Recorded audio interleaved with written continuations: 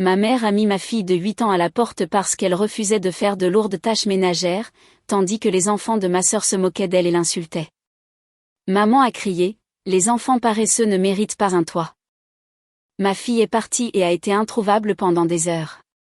Ma sœur m'a finalement appelé en disant, « Ta fille est-elle avec toi ? » Je ne l'ai pas vue de toute la journée. J'ai hurlé, « Je suis au travail. » Que veux-tu dire par « Elle a disparu ?» J'ai donc appelé la police et déposé un rapport d'urgence de personnes disparues. Quand ils l'ont trouvée et m'ont appelé, quand je l'ai vue, j'ai figé.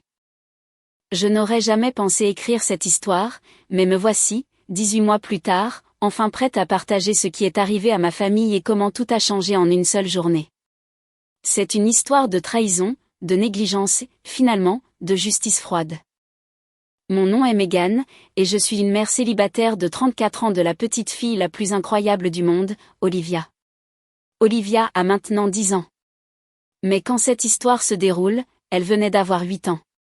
Son père est parti quand elle avait 2 ans, nous laissant nous débrouiller seuls. Cela a été difficile, mais nous avons réussi à construire une belle vie ensemble.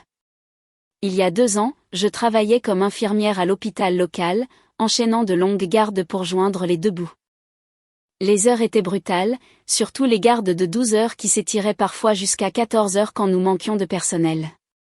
Je détestais laisser Olivia si longtemps, mais je n'avais pas beaucoup le choix. La garde d'enfants était chère, et ma mère, Catherine, avait proposé de m'aider en s'occupant d'Olivia pendant mes gardes. À l'époque, ma mère vivait dans une grande maison qu'elle avait héritée de ma grand-mère. C'était une coloniale de 4 chambres avec un grand jardin, parfait pour que les enfants puissent jouer. Ma sœur Anna y vivait également avec ses 2 enfants, Tyler, 9 ans, et Madison, 7 ans. Anna avait divorcé l'année précédente et avait gardé son nom de femme mariée, Martinez, lorsqu'elle était revenue vivre chez maman pour économiser de l'argent. Sur le papier, cela semblait être l'arrangement parfait. Olivia aurait des cousins avec qui jouer, et maman aurait de l'aide avec tous les enfants. Ce que je ne réalisais pas, c'est que cet arrangement allait se transformer en un cauchemar pour ma fille. Les problèmes ont commencé lentement. Olivia rentrait de chez maman plus silencieuse que d'habitude. Quand je lui posais des questions sur sa journée, elle haussait simplement les épaules et disait que ça allait. Je pensais qu'elle était juste fatiguée d'avoir joué avec ses cousins, mais au fil des semaines et des mois, j'ai remarqué d'autres changements. Olivia a commencé à faire des cauchemars, et elle s'accrochait à moi chaque fois que je mentionnais d'aller chez grand-mère. « Maman, faut-il que j'aille chez grand-mère demain ?» demandait-elle avec un regard d'effroi dans les yeux. « Chérie, tu sais que maman doit travailler » expliquai-je. « Mais tu vas jouer avec Tyler et Madison. » Olivia hochait simplement la tête et se taisait. J'aurais dû insister davantage, j'aurais dû poser plus de questions. Mais j'étais épuisée, je faisais des doubles gardes juste pour nous maintenir à flot, et je faisais confiance à ma mère et à ma sœur pour s'occuper d'Olivia. La vérité a commencé à émerger par bribes. Olivia a mentionné que grand-mère lui faisait faire des corvées de grands, pendant que Tyler et Madison jouaient. Quand j'ai demandé quel genre de corvée, Olivia a dit des choses comme passer l'aspirateur dans toute la maison, faire la vaisselle et nettoyer les salles de bain. Je pensais que maman essayait peut-être simplement d'enseigner la responsabilité à Olivia, même si 8 ans me semblait jeune pour des corvées aussi lourdes. Puis Olivia a commencé à mentionner que Tyler et Madison l'appelaient par des noms. Ils disent que je suis stupide et laide, a-t-elle murmuré un soir alors que je l'abordais. Tyler a dit que je ne faisais pas vraiment partie de la famille parce que mon papa est parti. Mon sang a bouilli. J'ai appelé Anna le lendemain matin, mais elle a balayé ça d'un revers de main. Les enfants sont des enfants, Megan. Ils jouent juste. Olivia a besoin de s'endurcir. Joue juste, ai-je rétorqué. Il la harcèle. Tu es dramatique, a dit Anna. Peut-être que si Olivia n'était pas si sensible, elle s'intégrerait mieux. J'aurais dû retirer Olivia de cette maison sur le champ. J'aurais dû trouver une autre solution, même si cela signifiait m'endetter pour la garde d'enfants. Mais je ne l'ai pas fait. J'étais fatiguée, stressée, et convaincue que les choses s'amélioreraient. Je n'avais aucune idée à quel point elles allaient empirer. Le point de rupture est arrivé un mardi de mars. J'avais pris une garde supplémentaire à l'hôpital parce qu'une de nos infirmières était tombée malade. Cela signifiait que je travaillerais de 7h à 19h, mais la rémunération des heures supplémentaires aiderait à couvrir la prochaine fête d'anniversaire d'Olivia. J'ai déposé Olivia chez maman à 6h30 du matin, en lui faisant un câlin très long. « Sois sage pour grand-mère », ai-je dit en l'embrassant sur le front. « Oui, maman », a répondu Olivia, mais elle semblait effrayée. J'ai passé toute la journée à courir d'un patient à l'autre, à gérer les urgences et à essayer de faire face aux exigences constantes de l'hôpital. Vers 15h, j'ai reçu un bref SMS de maman. « Olivia va bien. Ne t'inquiète pas d'appeler. » J'ai pensé que c'était gentil de sa part d'être attentive à mon emploi du temps chargé. À 18h, pendant ma pause dîner, j'ai essayé d'appeler pour prendre des nouvelles d'Olivia, mais personne n'a répondu. J'ai pensé qu'il dînait probablement ou que les enfants jouaient dehors. J'ai envoyé un SMS, « Comment va Olivia ? J'espère qu'elle est sage. » Pas de réponse. À 18h30, je commençais à m'inquiéter. J'ai rappelé et cette fois Anna a répondu. « Salut, Megan », a-t-elle dit, et quelque chose dans sa voix m'a fait tressaillir. « Salut, Jess. Comment va Olivia ? Puis-je lui parler ? » Il y a eu une pause. En fait, j'allais justement t'appeler. Olivia est-elle avec toi ? Qu'est-ce que tu veux dire ? Est-elle avec moi ? Je suis au travail. Je l'ai déposée chez maman ce matin. Eh bien, elle n'est pas là. Je ne l'ai pas vue de toute la journée, en fait. Le téléphone m'a glissé des mains et a claqué sur le sol. D'autres infirmières dans la salle de pause ont levé les yeux, inquiètes. Je me suis précipitée pour ramasser le téléphone. Qu'est-ce que tu veux dire par « tu ne l'as pas vue de toute la journée » ? Où est-elle ? Passe-moi maman au téléphone. Maman n'est pas là. Elle est allée à son club de lecture vers 19h. Megan, quand as-tu parlé à Olivia pour la dernière fois ? Je ne lui ai pas parlé depuis que je l'ai déposée ce matin. Anna, où est ma fille ? Je ne sais pas. Je pensais qu'elle était avec maman toute la journée, mais quand je suis rentrée du travail, maman se préparait à partir et a dit qu'Olivia était partie il y a des heures. Mes mains tremblaient si fort que je pouvais à peine tenir le téléphone. Partie ? Qu'est-ce que tu veux dire par « partie » ? Elle a 8 ans. Écoute, je suis sûre qu'elle va bien. Peut-être qu'elle est allée chez une amie ou... J'appelle la police, ai-je dit, raccrochant avant qu'Anna ne puisse dire un mot de plus. Je me suis précipitée vers mon superviseur et j'ai expliqué la situation.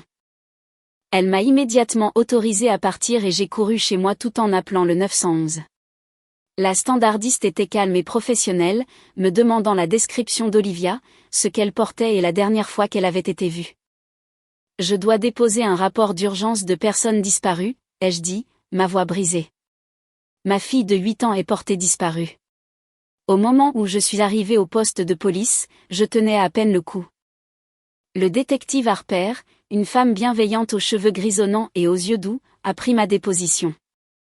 Je leur ai donné une photo récente d'Olivia, décrit ses vêtements et fourni tous les détails dont je me souvenais à propos de son dépôt ce matin-là. Nous allons la retrouver, m'a assuré le détective Harper. Nous allons diffuser une alerte Amber et mobiliser des équipes de recherche.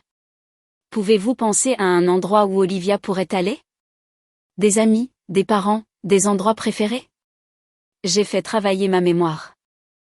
Olivia était timide et n'avait pas encore beaucoup d'amis. Nous n'avions déménagé dans cette ville qu'il y a 1 an pour mon travail à l'hôpital. Elle connaissait notre quartier, mais où irait une enfant de 8 ans quand elle avait peur et était seule ? Les heures qui ont suivi ont été les plus longues de ma vie. Je suis restée assise dans ma voiture devant la maison de ma mère, attendant des nouvelles. Des voitures de police allaient et venaient, et je pouvais voir des officiers interroger maman et Anna. Des voisins avaient rejoint la recherche, marchant dans le parc local et appelant le nom d'Olivia. À 21h47, mon téléphone a sonné. La voix du détective Harper était douce mais sérieuse. Megan, nous avons retrouvé Olivia. Elle est en sécurité, mais elle est à l'hôpital. Nous avons besoin que vous veniez tout de suite. L'hôpital ? Est-elle blessée ? Que s'est-il passé ? Venez vite. Nous vous expliquerons tout quand vous serez ici. J'ai dépassé toutes les limites de vitesse pour me rendre à l'hôpital. Quand je suis arrivée, le détective Harper m'attendait avec une assistante sociale nommée Madame Ramirez. Elles m'ont conduite dans une chambre privée du service de pédiatrie. Avant que vous ne voyiez Olivia, nous devons vous préparer, a dit le détective Harper. Elle va bien physiquement, mais elle a vécu une expérience traumatisante. Elle a été trouvée cachée dans un abri de jardin abandonné à environ 3 km de la maison de votre mère. Elle y était depuis environ 10 heures du matin. 10 heures du matin. Ça fait 11 heures. Megan, a dit Madame Ramirez doucement, Olivia nous a raconté des choses très inquiétantes sur ce qui s'est passé chez votre mère aujourd'hui. Nous devons en discuter avant que vous ne la voyiez. Elles m'ont conduite dans une petite salle de conférence et ont fermé la porte. Ce qu'elles m'ont dit ensuite m'a glacé le sang. Selon la déclaration d'Olivia, cette matinée avait commencé comme n'importe quelle autre. Maman avait préparé le petit déjeuner pour Tyler et Madison, mais avait dit à Olivia qu'elle devait attendre d'avoir fini ses corvées du matin. Ces corvées comprenaient le nettoyage du sol de la cuisine à 4 pattes, le nettoyage des 3 salles de bain et de lessive. Pendant qu'Olivia travaillait, Tyler et Madison jouaient aux jeux vidéo et regardaient la télévision. Ils ont commencé à la taquiner, l'appelant « Cendrillon » et « la bonne ». Quand Olivia a demandé si elle pouvait prendre le petit déjeuner, Tyler lui a dit que les domestiques mangeaient après tout le monde. Madison, suivant apparemment l'exemple de son frère, a commencé à appeler Olivia « fille poubelle » et a dit qu'elle sentait mauvais. Quand Olivia a commencé à pleurer, Tyler lui a dit d'arrêter de faire la bébé et que peut-être son père était parti parce qu'elle était trop ennuyeuse. Olivia était allée trouver maman, qui lisait dans le salon. Elle a dit à maman que Tyler et Madison étaient méchants et a demandé si elle pouvait s'il vous plaît manger son petit déjeuner. Selon Olivia, maman s'est mise en colère et a dit qu'Olivia causait des problèmes et devait arrêter d'être dramatique. Tes cousins jouent juste, aurait dit maman. Peut-être que si tu finissais tes corvées plus vite, tu aurais aussi le temps de jouer. Mais la situation a dégénéré quand Olivia a refusé de nettoyer le garage. Maman lui avait apparemment donné une liste de tâches qui comprenait l'organisation de tous les outils, le balayage du sol et le déplacement de lourdes boîtes. Olivia, épuisée et affamée, a dit qu'elle ne pouvait pas soulever les boîtes. C'est là que maman a explosé. Les enfants paresseux ne méritent pas un toit, avait crié maman, selon le récit d'Olivia. Si tu ne peux pas faire ta part, alors tu peux trouver un autre endroit où vivre. Maman avait alors saisi Olivia par le bras, l'avait traînée jusqu'à la porte d'entrée et l'avait littéralement poussée dehors, verrouillant la porte derrière elle. Tyler et Madison avaient regardé depuis la fenêtre, riant et faisant des grimaces à Olivia alors qu'elle se tenait sur le porche, en pleurs. Olivia avait frappé à la porte, suppliant d'être laissée entrer, mais maman avait crié à travers la porte qu'elle pourrait revenir quand elle serait prête à être utile. Olivia a attendu sur le porche pendant plus d'1 heure, mais personne n'est venu la laisser entrer. Effrayée, affamée et seule, Olivia s'était éloignée de la maison. Elle se souvenait d'avoir vu un vieux hangar derrière des arbres lors de promenades précédentes dans le quartier et c'est là qu'elle s'était cachée. Elle y était restée pendant 11 heures, effrayée de sortir, effrayée de retourner chez maman, et ne sachant pas comment me joindre au travail. Alors que le détective Harper et Madame Ramirez me racontaient cette histoire, j'ai eu l'impression que j'allais vomir. Ma douce et innocente petite fille avait été traitée comme une servante, abusée émotionnellement, puis littéralement jetée de la maison par ma propre mère. La femme en qui j'avais confiance pour s'occuper d'Olivia l'avait traumatisée de la pire des manières. Puis-je la voir maintenant, ai-je demandé, ma voix à peine un murmure. Elles m'ont conduite à la chambre d'Olivia. Quand je suis entrée et que je l'ai vue allongée dans ce lit d'hôpital, l'air si petite et fragile, j'ai figé. Elle portait une blouse d'hôpital, et ses vêtements étaient dans un sac à proximité, sale et déchiré de sa journée passée à se cacher dans le hangar. Son visage était couvert de larmes séchées, et elle avait des égratignures sur les bras dues au fait de s'être faufilée dans le petit hangar. Mais ce sont ses yeux qui m'ont brisé le cœur. Ils étaient vides, creux, comme si quelque chose en elle était mort. Quand elle m'a vue, elle ne s'est pas précipitée dans mes bras comme elle le faisait d'habitude. Elle m'a juste regardée avec une expression de pure défaite. « Maman » a-t-elle murmuré. Je suis désolée d'avoir été méchante. J'ai tout gâché. Je me suis précipitée à son chevet et l'ai serrée dans mes bras, la tenant aussi fort que j'osais. Tu n'as pas été méchante, mon bébé. Tu n'as rien fait de mal. Rien. Maman est tellement, tellement désolée. Olivia s'est accrochée à moi et a commencé à sangloter. Grand-mère a dit que j'étais paresseuse. Tyler a dit, papa est parti parce que je suis ennuyeuse. J'essaie d'être sage, maman. J'ai tellement essayé. Tu es sage, Olivia. Tu es parfaite. Ce n'est pas ta faute. Nous nous sommes serrés l'une contre l'autre et avons pleuré jusqu'à épuisement. Le médecin est venu examiner Olivia et a confirmé qu'elle était déshydratée et avait quelques coupures et ecchymoses mineures, mais qu'elle allait bien physiquement. Le traumatisme psychologique, cependant, était une autre histoire. Madame Ramirez a expliqué que les services de protection de l'enfance devraient enquêter sur l'incident. Bien qu'il ne me soupçonnait d'aucune faute, il devait s'assurer de la sécurité d'Olivia et documenter ce qui s'était passé. Je leur ai assuré que je coopérerais pleinement et qu'Olivia ne retournerait jamais chez ma mère. Nous sommes rentrés vers 1h du matin. Olivia ne voulait pas dormir dans son propre lit, alors je l'ai laissée se blottir à côté de moi. Elle n'a cessé de se réveiller pendant la nuit, m'appelant pour s'assurer que j'étais toujours là. Le lendemain matin, j'ai pris un congé maladie et j'ai passé la journée à tenir Olivia et à essayer de digérer ce qui s'était passé. J'ai aussi commencé à passer des coups de fil. Le premier était à un avocat de la famille, David Kim, qui m'avait été chaudement recommandé. Le second était à une psychologue pour enfants, le docteur Jennifer Williams, spécialisée dans les traumatismes. Mais je n'avais pas fini. J'étais furieuse et je voulais des réponses. J'ai appelé ma mère. Catherine, ai-je dit quand elle a répondu, sans me soucier des amabilités. Megan, Dieu merci. J'étais folle d'inquiétude. Olivia va bien? La police a dit. N'ose pas prétendre être inquiète pour Olivia. Tu l'as mise à la porte de ta maison. Tu as abandonné une enfant de 8 ans.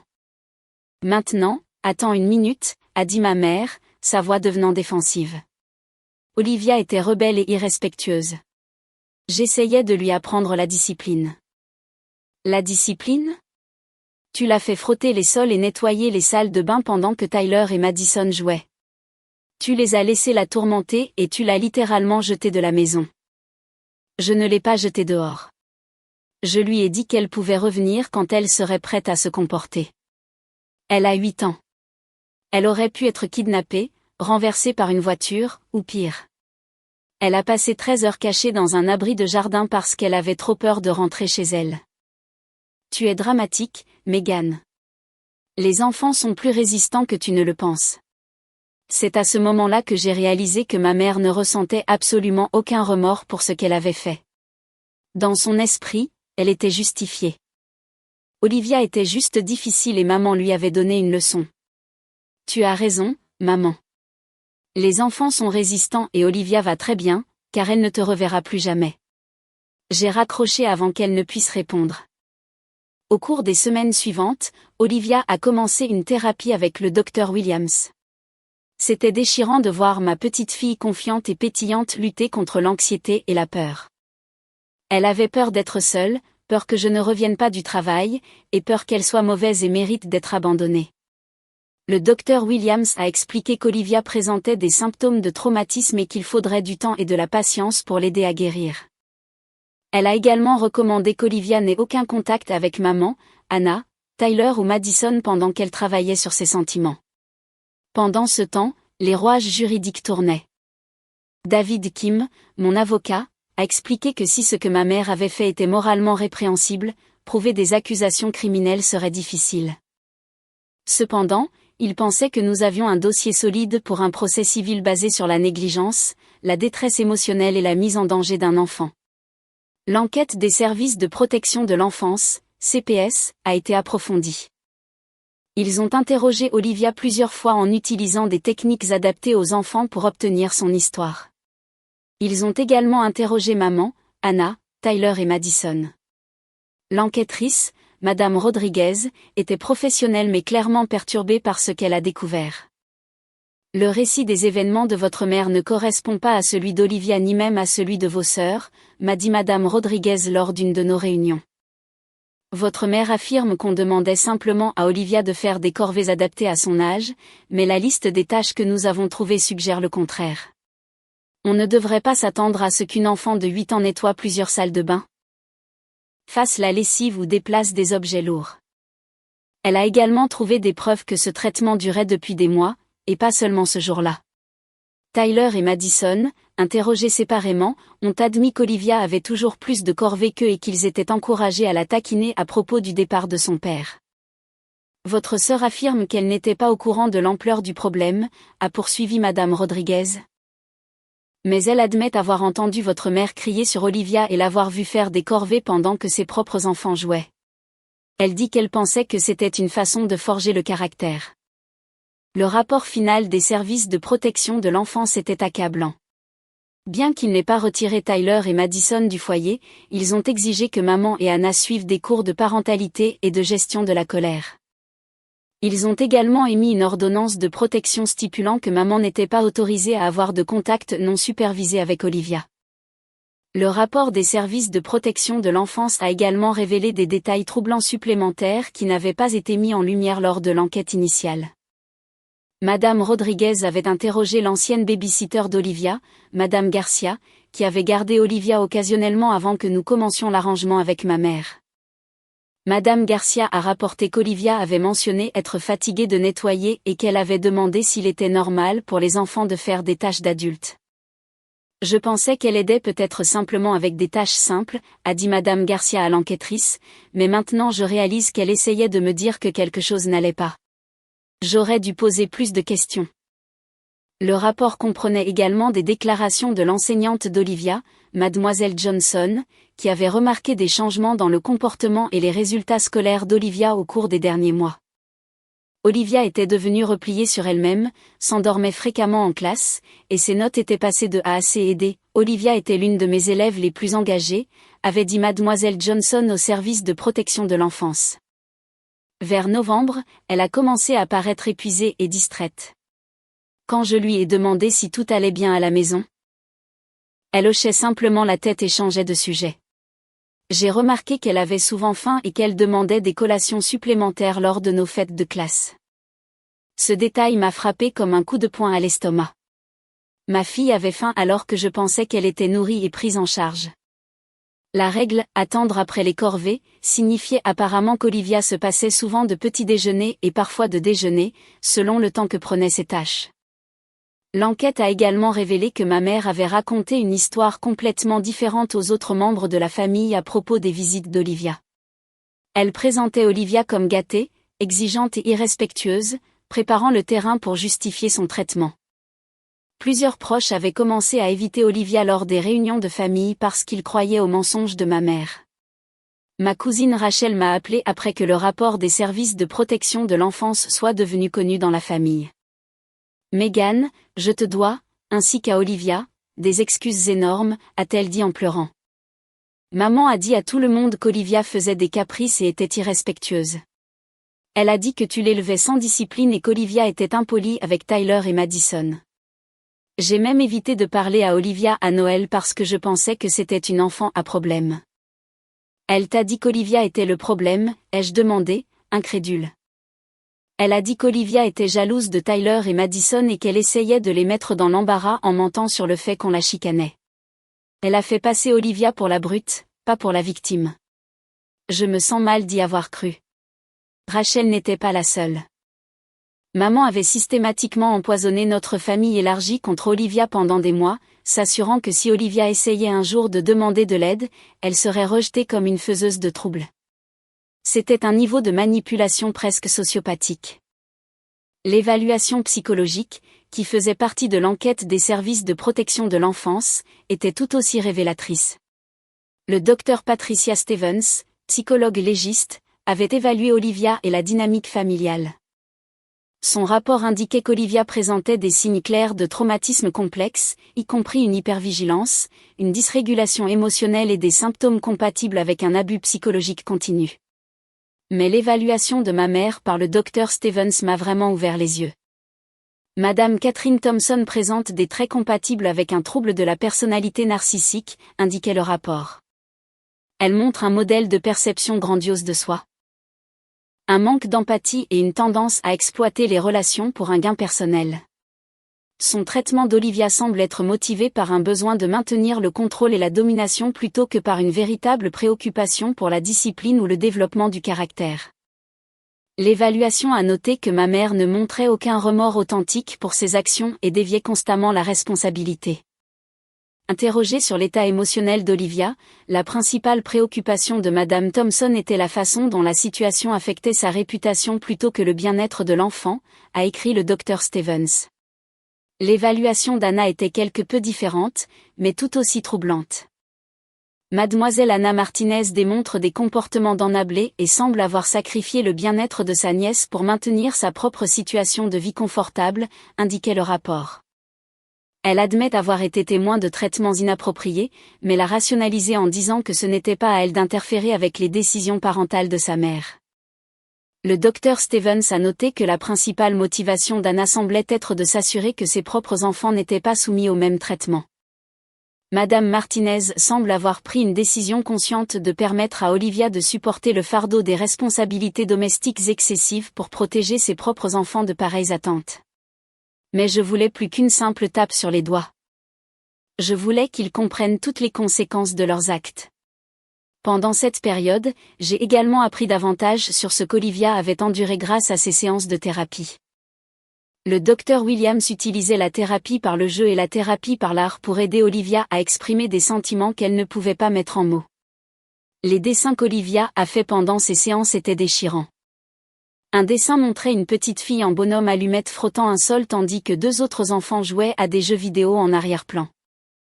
Un autre montrait la même petite fille debout devant une maison, des larmes coulant sur son visage, tandis que des visages dans les fenêtres la montraient du doigt et riaient. Mais le dessin le plus dévastateur était celui qu'Olivia avait intitulé « Le hangar ». Il montrait une minuscule silhouette recroquevillée dans un espace sombre avec des ombres effrayantes tout autour. Lorsque le Dr Williams a demandé à Olivia de lui parler du dessin, Olivia a dit « C'est là que je suis allée quand personne ne voulait plus de moi ». « Comment te sentais-tu dans le hangar ?» avait demandé doucement le Dr Williams. « Effrayée et affamée » a répondu Olivia, mais aussi invisible. Personne ne pouvait me voir pour être en colère contre moi. Le Dr Williams m'a expliqué qu'Olivia avait intériorisé l'abus à un tel point qu'elle croyait le mériter. Olivia a développé une réponse traumatique où elle essaie de se rendre invisible pour éviter les conflits, a-t-elle dit. Elle a appris que ses besoins et ses sentiments n'avaient pas d'importance, ce qui est incroyablement dommageable pour le développement d'un enfant. Les séances de thérapie ont également révélé qu'Olivia avait eu des épisodes dissociatifs pendant les pires abus. Parfois, quand grand-mère criait très fort, je faisais semblant d'être ailleurs, a raconté Olivia au Dr Williams. Je pensais être au parc avec maman et alors je n'entendais plus les mots méchants. Apprendre l'existence de ces mécanismes de défense m'a brisé le cœur une fois de plus. Ma fille de 8 ans avait développé des mécanismes de défense psychologique généralement observés chez les adultes ayant des antécédents de traumatisme grave. À peu près à cette époque, j'ai également commencé à subir des pressions de la part d'autres membres de la famille pour que je laisse tomber et que je passe à autre chose, au nom de l'unité familiale. Mon oncle Tom m'a appelé un soir avec ce qu'il considérait clairement comme un sage conseil. « Megan, je sais que Catherine a fait des erreurs, mais elle vieillit et elle est têtue, a-t-il dit. Peut-être est-il temps de pardonner et d'oublier. Olivia semble aller bien maintenant. Oncle Tom, pardonneriez-vous et oublieriez-vous si quelqu'un jetait votre petite nièce de chez eux et la laissait se cacher dans un abri pendant 11 heures, ai-je demandé, en faisant référence à la fille d'Anna, Madison. Eh bien, c'est différent. Non, ce n'est pas différent. C'est exactement la même chose. Olivia mérite autant de protection et d'amour que Madison. Le fait que maman soit âgée n'excuse pas la maltraitance des enfants. Mais pensez à la famille, Megan. Ce procès déchire tout le monde. La famille a été déchirée au moment où maman a décidé de maltraiter ma fille. Je m'assure simplement qu'il y a des conséquences à ce choix. Ces conversations m'ont fait réaliser à quel point le dysfonctionnement familial était profondément enraciné. ils étaient plus préoccupés par le maintien de l'apparence de l'harmonie familiale que par la protection réelle des enfants. Cela a renforcé ma décision de garder Olivia loin de tous. Pendant ce temps, le processus de guérison d'Olivia était en cours et compliqué. Certains jours, elle retrouvait son ancien moi, riant et jouant sans souci. D'autres jours, elle régressait et devenait collante et craintive. Le traumatisme l'avait fondamentalement changée et je devais apprendre à éduquer une enfant qui avait traversé quelque chose que je ne pouvais pas entièrement comprendre. Un soir particulièrement difficile, Olivia a eu une crise de larmes complète quand je lui ai demandé de ranger sa chambre. Elle a commencé à hyperventiler et à pleurer, disant qu'elle était désolée d'être paresseuse et qu'elle ferait mieux. « Je nettoierai toute la maison, maman », a-t-elle sangloté. « S'il te plaît, ne me fais pas partir. Je serai sage, je promets. » Il m'a fallu 20 minutes pour la calmer et l'aider à comprendre que les tâches ménagères normales d'un enfant étaient différentes de ce qu'elle avait vécu chez maman. Le docteur Williams m'avait averti que des situations quotidiennes pourraient déclencher la réaction traumatique d'Olivia, mais le voir se produire était dévastateur. J'ai aussi dû gérer mes propres sentiments de culpabilité et de rage. Il y avait des nuits où je ne pouvais pas dormir, rejouant chaque conversation avec maman, cherchant des signes que j'avais manqués. J'ai moi-même commencé à consulter un thérapeute, le docteur Michael Shen, pour m'aider à gérer mon propre traumatisme lié à la situation. Vous subissez un traumatisme secondaire, a expliqué le docteur Shen. Quand quelqu'un que vous aimez est gravement blessé, surtout votre enfant, cela crée sa propre réaction traumatique. Vous ne vous occupez pas seulement de la guérison d'Olivia, vous vous occupez de vos propres sentiments d'impuissance et de trahison. Le docteur Shen m'a aidé à comprendre que ma colère était non seulement normale, mais nécessaire. Votre rage est protectrice, a-t-il dit. C'est la façon dont votre esprit s'assure que cela ne se reproduira plus jamais. La clé est de canaliser cette colère vers une action positive plutôt que de la laisser vous consumer. Le processus juridique a également fait des ravages. Des dépositions ont été programmées et j'ai dû revivre tout le cauchemar. Alors que les avocats posaient des questions détaillées sur tous les aspects des abus subis par Olivia, l'avocat de ma mère était particulièrement agressif, essayant de me dépeindre comme une mère surprotectrice qui exagérait le traumatisme d'Olivia à des fins financières. N'est-il pas vrai, Madame Williams, que les enfants exagèrent souvent lorsqu'ils cherchent à attirer l'attention, a demandé l'avocat de ma mère lors de ma déposition. Olivia ne cherchait pas l'attention, ai-je répondu fermement. Elle cherchait la sécurité et au lieu de la trouver chez sa grand-mère, elle a trouvé la maltraitance. Mais ne pensez-vous pas que déposer cette plainte apprend à Olivia qu'elle devrait blâmer les autres pour ses problèmes au lieu de prendre ses responsabilités? David Kim s'est opposé avant que je puisse répondre, mais la question a révélé la stratégie de la défense. Ils allaient arguer que tenir ma mère pour responsable était d'une certaine manière nuisible au développement du caractère d'Olivia. Lors de la déposition de maman, ses vraies couleurs se sont vraiment montrées. Interrogée sur le jour où elle a mis Olivia à la porte, elle n'a montré aucun remords. Olivia était rebelle et irrespectueuse, a-t-elle déclaré. Je lui ai dit que les enfants paresseux ne méritaient pas un toit parce que j'essayais de la motiver à travailler plus dur. Vous avez dit à une enfant de 8 ans qu'elle ne méritait pas de toit, a demandé David Kim. Je lui apprenais que les actions ont des conséquences. Quelles conséquences pensiez-vous qu'une enfant de 8 ans allait tirer d'être abandonnée devant votre maison pendant 13 heures? Je ne savais pas que ce serait 13 heures. Je pensais que Megan viendrait la chercher en rentrant du travail. Cette réponse était particulièrement accablante car elle montrait que maman n'avait jamais eu l'intention de laisser Olivia rentrer. Elle s'attendait à ce que je quitte le travail plus tôt pour récupérer ma fille mal élevée, ce qui aurait entraîné une perte de salaire et éventuellement de mon emploi. La déposition d'Anna fut tout aussi révélatrice, mais d'une manière différente.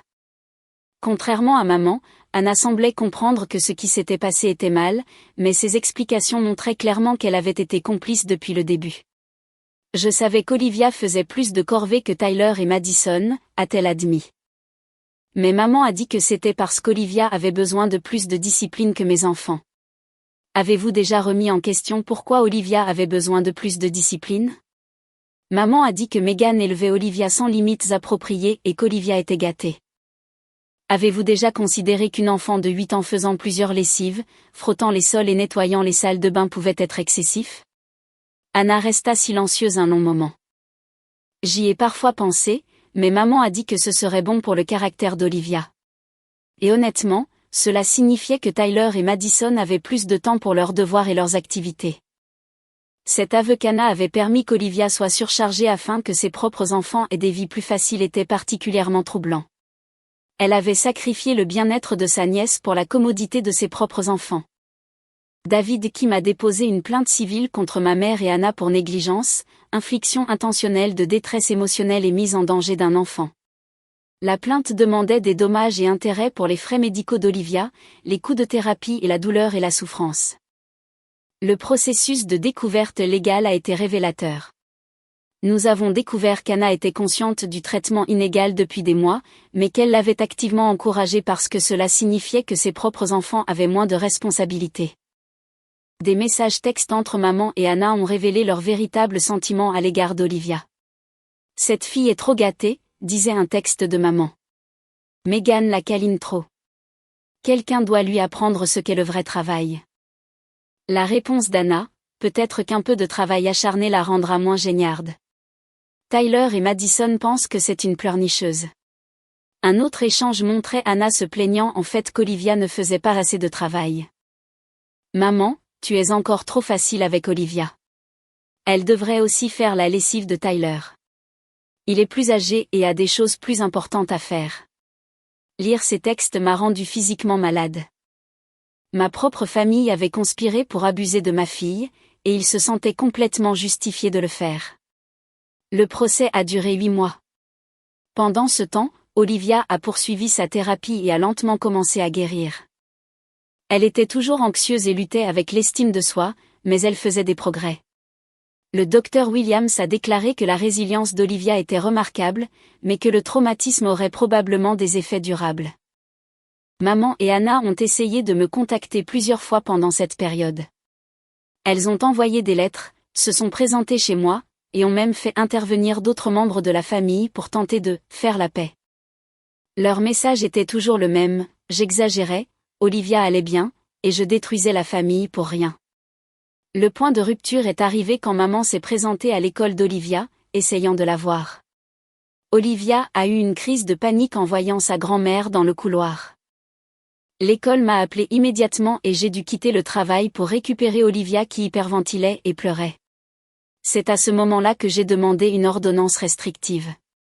L'audience pour l'ordonnance restrictive fut brutale.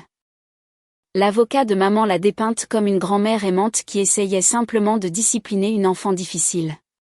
Ils ont argué que la réaction d'Olivia prouvait que je l'avais empoisonnée contre sa grand-mère.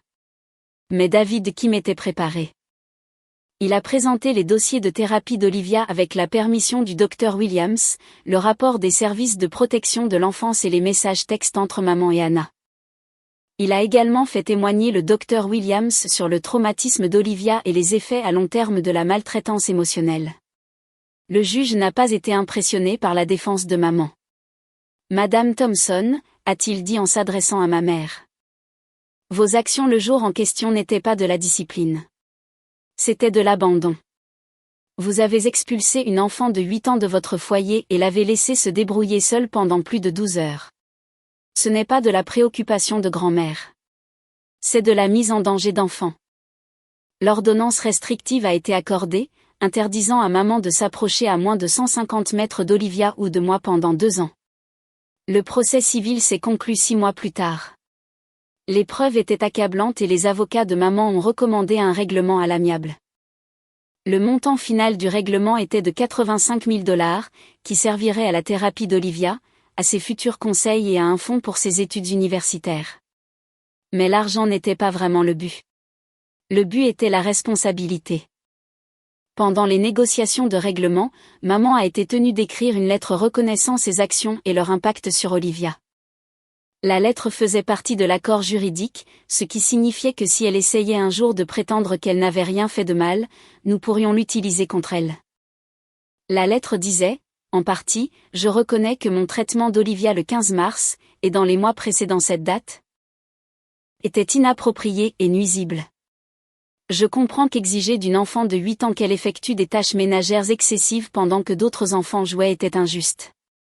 Je reconnais que retirer Olivia de mon domicile et refuser de la laisser rentrer était dangereux et traumatisant. Je comprends que mes actions ont causé à Olivia une détresse émotionnelle importante et ont contribué à un traumatisme psychologique persistant. Lire cette lettre m'a donné plus de satisfaction que l'argent n'aurait jamais pu le faire. La part d'Anna dans le règlement était plus petite, mais elle a également été tenue de reconnaître son rôle dans l'encouragement du comportement de maman et son incapacité à protéger Olivia. La partie la plus satisfaisante de tout le processus est venue 6 mois après le règlement, lorsque j'ai appris que les actions de maman avaient eu des conséquences au-delà de notre procès. Il s'est avéré que plusieurs voisins avaient vu Olivia se faire expulser de la maison ce jour-là.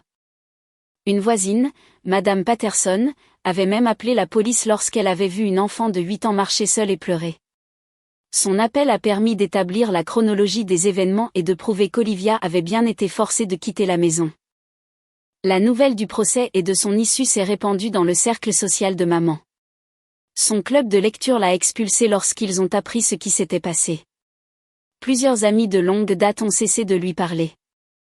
Même sa propre sœur, ma tante Carole, a coupé tout contact après avoir lu le rapport des services de protection de l'enfance. Anna a également subi des conséquences au travail. Elle était aide-enseignante à l'école primaire locale. Et lorsque le district scolaire a appris son rôle dans la maltraitance d'Olivia, ils ont mené leur propre enquête. Bien qu'elle n'ait pas été licenciée, elle a été mutée dans une autre école et a été tenue de suivre une formation complémentaire sur le bien-être et le signalement des enfants. Mais la conséquence la plus significative fut l'effet sur Tyler et Madison. Les autres parents de leur école ont appris la situation et plusieurs familles ont cessé d'autoriser leurs enfants à jouer avec Tyler et Madison. Les enfants ont commencé à mal se comporter à l'école et Anna a été forcée de les faire suivre également une thérapie. Tyler, en particulier, a lutté avec la culpabilité de son traitement envers Olivia. Lors d'une des entretiens des services de protection de l'enfance, il a craqué et a admis qu'il savait que ce qu'il faisait était mal, mais que maman et Anna lui avaient dit qu'Olivia le méritait parce qu'elle était gâtée. Le conseiller familial travaillant avec Tyler et Madison a dit à Anna que les enfants avaient été endommagés en étant encouragés à participer aux abus d'Olivia. Ils avaient appris que l'intimidation et la cruauté étaient acceptables et maintenant ils luttaient avec les relations et l'empathie. Anna m'a appelé un soir environ 1 an après le règlement, pleurant hystériquement. Megan, Tyler fait des cauchemars à propos d'Olivia, sanglotait-elle.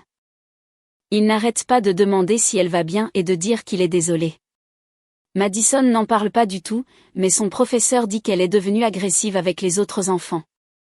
Le conseiller dit qu'ils sont traumatisés par ce qu'on leur a appris à faire. Je suis désolée, Anna, mais je ne peux pas t'aider avec ça, ai-je dit. Tu as fait tes choix. S'il te plaît, est-ce qu'Olivia pourrait parler à Tyler? Juste une fois. Il a besoin de s'excuser auprès d'elle. Absolument pas, Olivia est toujours en thérapie pour gérer le traumatisme que ton fils a contribué à lui infliger. Je ne l'exposerai plus à aucun de vous. Mais nous sommes de la famille. Non, nous ne le sommes pas. La famille ne maltraite pas les enfants. La famille n'abandonne pas les enfants de 8 ans. Vous avez cessé d'être de la famille le jour où vous avez choisi de soutenir le comportement de maman au lieu de protéger Olivia. J'ai raccroché et bloqué son numéro. Olivia a maintenant 10 ans et va beaucoup mieux. Elle est toujours en thérapie, mais moins fréquemment. Elle s'est fait des amis à l'école et a rejoint l'équipe de football. Elle a retrouvé sa confiance en elle et son sourire, bien qu'elle ait encore des cauchemars occasionnels et de l'anxiété. Elle pose parfois des questions sur sa grand-mère et ses cousins, mais le docteur Williams l'a aidé à comprendre que certaines personnes font de mauvais choix et qu'il est normal de se tenir à l'écart des personnes qui nous blessent, même si elles sont de la famille. Le fonds universitaire issu du règlement a considérablement augmenté, et Olivia aura amplement d'argent pour son éducation le moment venu. Plus important encore, elle a appris que sa voix compte, que les adultes doivent protéger les enfants et qu'elle mérite d'être traitée avec gentillesse et respect. Quant à maman et Anna, j'ai occasionnellement des nouvelles par des connaissances communes. La santé de maman a décliné, et elle est devenue de plus en plus isolée. Anna lutte en tant que mère célibataire avec 2 enfants en difficulté et sans système de soutien. Une partie de moi a de la peine pour elle, mais je ressens surtout un soulagement qu'Olivia soit en sécurité et qu'elle s'épanouisse. Elles ont eu un choix à faire ce jour de mars, et elles ont choisi la cruauté plutôt que la compassion, la commodité plutôt que la protection. Elles ont choisi de sacrifier le bien-être d'Olivia pour leur propre sens tordu de la justice. La dernière fois que quelqu'un a suggéré que je devais pardonner et oublier pour le bien de l'unité familiale, je leur ai dit exactement ce que je pensais. La famille ne se termine pas avec le sang, et elle ne commence pas là non plus. Une vraie famille se protège mutuellement, surtout les membres les plus vulnérables. Ma mère et ma sœur ont prouvé qu'elles n'étaient pas la famille d'Olivia lorsqu'elles ont choisi de la maltraiter au lieu de l'aimer. Olivia et moi avons construit notre propre famille maintenant. Nous avons des amis qui nous aiment et nous soutiennent. Des voisins qui veillent sur nous et les uns sur les autres. Nous n'avons pas besoin de personnes dans nos vies qui pensent qu'une enfant de 8 ans mérite d'être traitée comme une servante puis abandonnée lorsqu'elle ne peut pas satisfaire leurs normes impossibles. Parfois, je me demande si j'aurais dû voir les signes plus tôt, si j'aurais dû mieux protéger Olivia dès le début. Le docteur Williams m'assure que je ne suis pas responsable des actions de ma mère, mais la culpabilité persiste. Ce que je sais avec certitude, c'est qu'Olivia est en sécurité maintenant, et elle sait sans aucun doute qu'elle est aimée, valorisée et protégée. Elle sait que sa valeur n'est pas déterminée par la quantité de travail qu'elle peut faire ou par le peu de problèmes qu'elle cause. Elle sait qu'elle mérite gentillesse, respect et amour inconditionnel. Et si jamais quelqu'un essaie de la traiter autrement à nouveau, il devra d'abord passer par moi. Le système judiciaire a fonctionné, la thérapie a aidé, et le temps a pansé de nombreuses blessures. Mais la victoire la plus importante est qu'Olivia sait qu'elle compte et qu'elle n'aura plus jamais à se demander si elle mérite un abri, de l'amour et de la protection. Parce que c'est le cas. Chaque enfant le mérite. Et quiconque pense le contraire peut apprendre cette leçon à ses dépens, tout comme ma mère et ma sœur.